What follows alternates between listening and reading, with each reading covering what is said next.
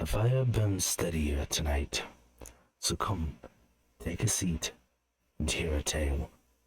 For some burdens are meant to be lifted, others are meant to be carried home. The road back always feels shorter, not because it's easier, but because you now know what waits at the end. Yet do not mistake quiet for peace. The land remembers what was taken from it, and even when the weight is gone from your hands, it lingers in your steps.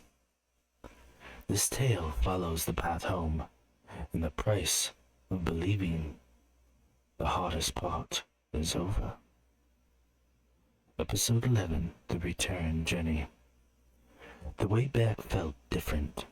The ground sloped gently southward, and with every step downhill, Callan felt some of the strain leave his legs.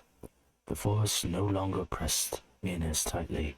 Branches no longer leaned away. Even the air seemed to breathe again. But none of them truly relaxed. Lyra walked carefully at the center of the group, the wrapped stone secured against her back, runes still faintly warm beneath the stitched cloth. She said little, conserving strength, listening more than watching. Silas noticed it first. "It's quieter," he murmured. "And not the good kind." Aaron nodded. "No pursuit, no calls, nothing following our trail as far as I can tell." Callan adjusted his grip on his shield. "And that's what worries me. They move faster than they had on the way north. Gravity did some of the work for them, but so did urgency.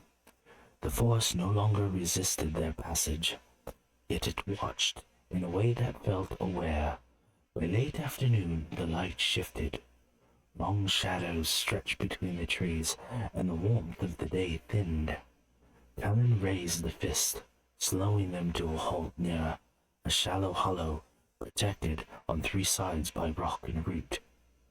"We camp," he said, before dark takes the choice from us." No one argued. They worked quickly and quietly. A low fire, no sparks, no excess light. Pack set close, weapons within reach.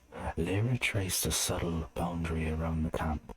Not a ward, not a shield, just enough to steady the air. When they finally sat, exhaustion crept in all at once.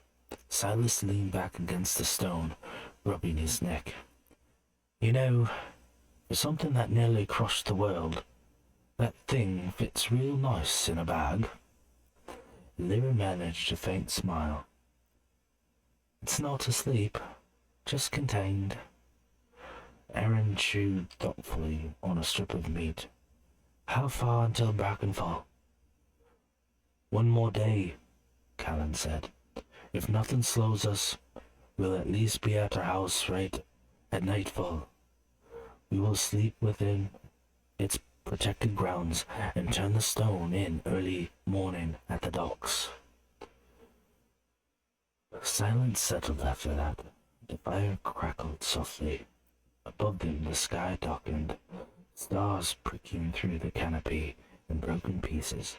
For the first time since retrieving the anchor, Callan allowed himself to believe they might actually make it back. That belief did not come easily. He took first watch. The night passed slowly, almost too slowly. Sounds returned to the forest, distant calls, rustling leaves, the normal choir of the wild. But none came close. Nothing tested their perimeter. Nothing pressed in. It was almost worse. When dawn finally came, it arrived clean and pale. Light spilling through the trees without resistance. Lyra rose stiffly, stretching her fingers before checking the wrap around the stone. "It's stable," she said. "Still heavy, but quiet." Callan nodded. Then we should move. They broke camp and continued south. The path widened, familiar landmarks began to reappear. Fallen logs they remembered passing days earlier. A bend in the stream Alira recognized. With every mile, the tension eased just a fraction. They were closer now. Closer to walls, closer to shelter, closer to earning what waited at the end of this road. But as the sun climbed higher, Callan glanced once over his shoulder. The forest behind him stood calm. Too calm. Whatever had been anchored there no longer was, and whatever noticed its absence had not yet decided to follow. So they pressed on. Home was no longer a dream. It was a direction.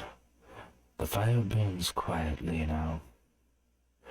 Not in triumph, not in relief, but in patience. Some journeys end at the gate. Others only change their shape. What was taken no longer rests where it once did, and the road remembers every footstep that carried it away. Rest if you must, traveler. The hardest trials rarely announce themselves. Home lies ahead, but not everything left behind has agreed to stay there. Until next time, keep it back close, your fires low, and your eyes on the tree line.